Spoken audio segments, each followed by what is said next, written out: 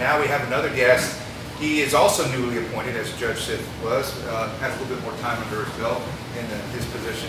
But I guess it's been about a week or a week and a half. But we have with us Gerald Rogen. He is a local attorney and a long-time precinct chair for the Nueces County Democratic Party. And he was just recently appointed by his colleagues to fill the vacancy that was left by Rene Saenz as she left to run for a congressional race. And so he was just appointed, and welcome and thanks for coming back on to South Texas Politics. We were talking about it's been at least 10 years since the last time you were on here. Yes, I think it's been a decade since I've been on the last time.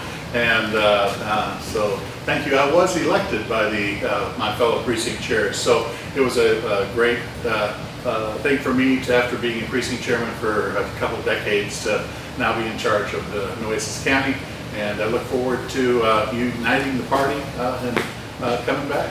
You know, one of the things that's been a challenge for the party, you know, being involved for many years now, is seeing kind of the turnover that we've had there within the Democratic Party. It's almost every election cycle we've had a new chair. There was a time there where we had Tom Ortiz Jr.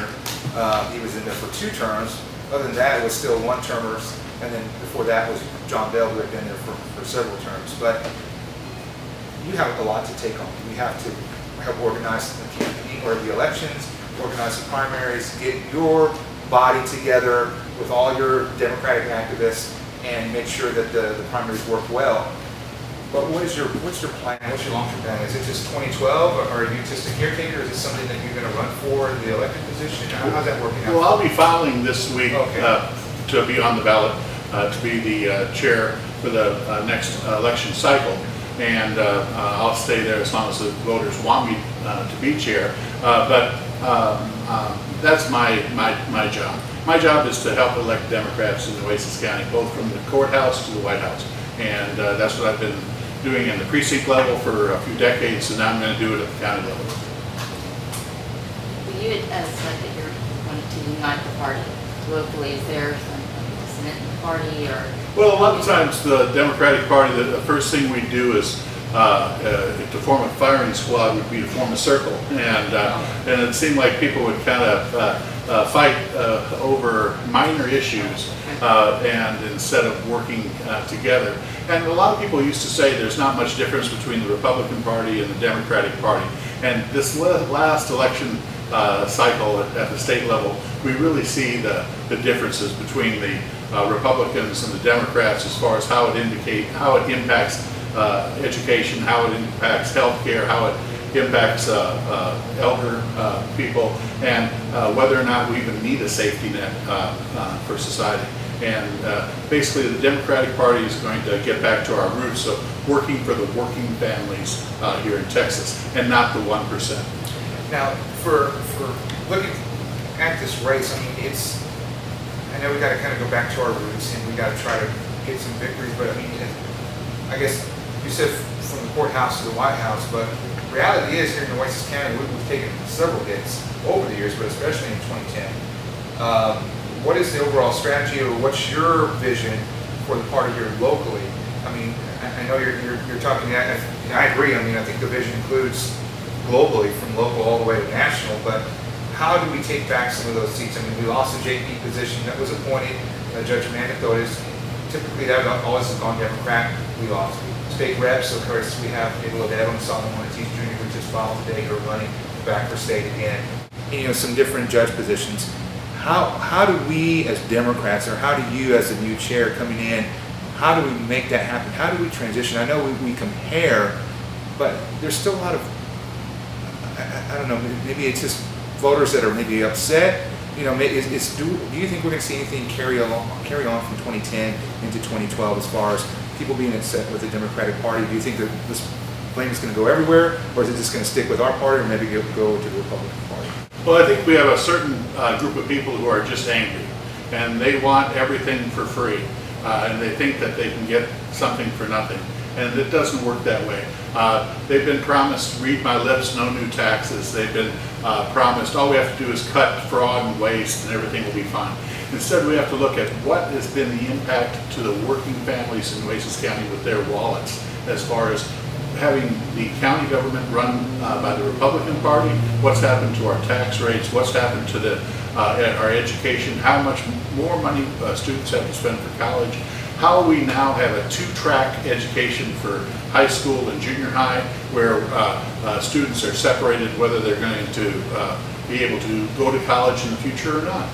And we're leaving a lot of children behind, and that's why, and we're leaving teachers. We're cutting teachers, we're increasing the size of classes, we're cutting firemen. You know, these are the Democratic voters that we have to awaken and say, look at what's happening to your pocketbook.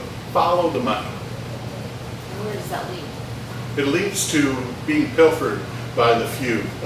And Who are the few? the one percenters. And the old patron system in Texas, where the power elite is being able to divide and conquer the people for their own benefit. They're able to continue power even though they're a minority of the folks.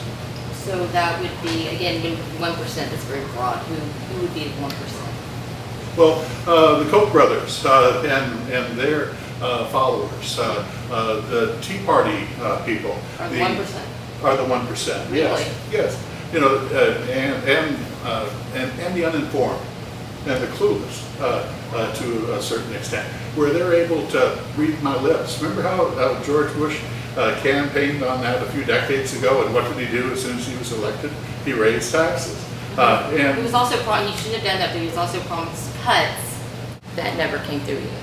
It was kind of a deal. But the other side didn't fully promise. But there were several cuts. So I'm not saying that he shouldn't have made that promise. I agree that he was lied to. But also, I think people were promised the Gitmo would be closed. They were promised that lobbyists wouldn't work in the White House. They were promised transparency. Did this administration, and I don't see any of that happening. There's always, I think, politicians with We promises. were promised Iraq and Afghanistan again, and we're on the way out with that, so we have some things that are working.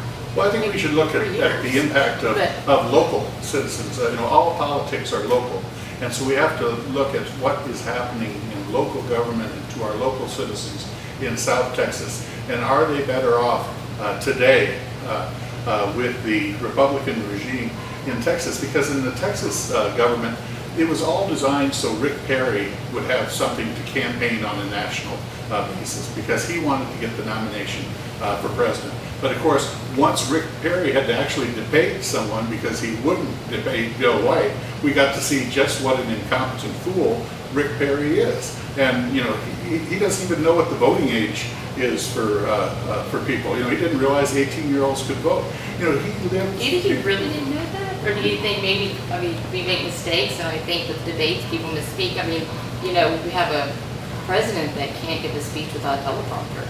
So, I mean, I don't know. Well, like I say, I'd like to go into our local Well, you government. brought up Rick Perry. He's running for president now. He's not local, so I'm going ahead. Well, and taking it, just like you brought unfortunately, up he's still our governor.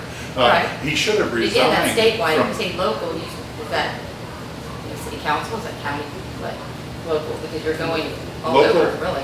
Well, local would be our city governments, Mhm. our county governments, and our state governments. Okay. So those are the things that are voted on most by our citizens. Of course, now we are going to be able to vote for a Democrat to be in the Senate, and we have a great candidate that's going to be running for that. So that's going to be on the ballot this time. So there's a lot of reasons to register and vote.